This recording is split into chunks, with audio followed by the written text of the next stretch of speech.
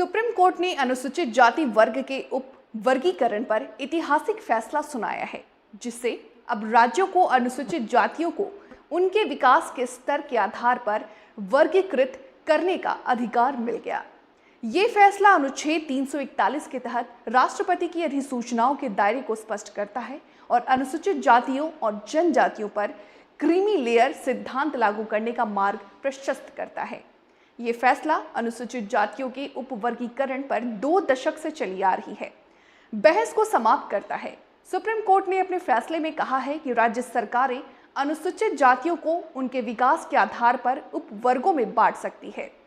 ये मामला 2000 में Andhra Pradesh scheduled caste act से शुरू हुआ। इस कानून में 59 अनुसूचित जातियों को 4 उप श्रेणियों में विभाजित किया था ताकि आरक्षण का लाभ सभी को समान रूप से मिल सके। इस कानून के तहत 15% SC आरक्षण को इस प्रकार विभाजित किया गया है: SC A 1%, SC B 7%, SC C 6%, SC D 1%। हालांकि आंध्र प्रदेश हाईकोर्ट ने इस कानून को बरकरार रखा, लेकिन सुप्रीम कोर्ट ने EV चिन्नैया मामले में इस कानून को रद्द कर दिया। शीर्ष अदालत ने कहा था कि राज्य विधानमंडल के पास अनुसूचित जाति की सूची में बदलाव करने का अधिकार नहीं है और अनुसूचित जातियां ऐतिहासिक रूप से अस्पृश्यता का शिकार होने वाले एक समरूप सजातीय समूह है। आंध्र प्रदेश विधानसभा के अनुरोध पर केंद्र सरकार ने आंध्र प्रदेश में अनुसूचित जातियों को उपवर्गीकृत करने के संवैधानिक, वैधानिक और कानूनी पहलुओं की पड़ताल करने के लिए उषा मेहरा आयोग का गठन किया। आयोग 2008 ने अपनी रिपोर्ट में कहा था कि आरक्षण के सभी लाभ कुछ जातियों तक ही सीमित रह गए, जबकि ज्यादातर अनुसूचित जातियां इसके वंचित हैं। आयोग ने संविधान के अनुच्छेद 341 में एक नया खंड 3 जोड़कर अनुसूचित जातियों को उप विभाजित करने का सुझाव दिया।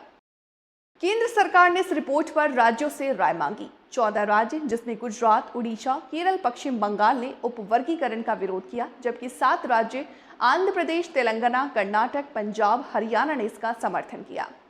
महत्वपूर्ण बात यह है कि 5 राज्य, जिसमें बिहार, महाराष्ट्र, राजस्थान, तमिलनाडु और उत्तर प्रदेश, जहां SC आबादी का लगभग 50% हिस्सा रहता है, उन्होंने कोई फैसला नहीं लिया। इन राज्यों का कहना था कि अलग अलग राज्यों और केंद्र शासित प्रदेशों की सामाजिक, शैक्षणिक और आर्थिक वास्तविकताएं अलग अलग होती हैं, इसलिए आंध्र प्रदेश पर लागू होने वाला नियम दूसरे राज्यों पर लागू नहीं हो सकता।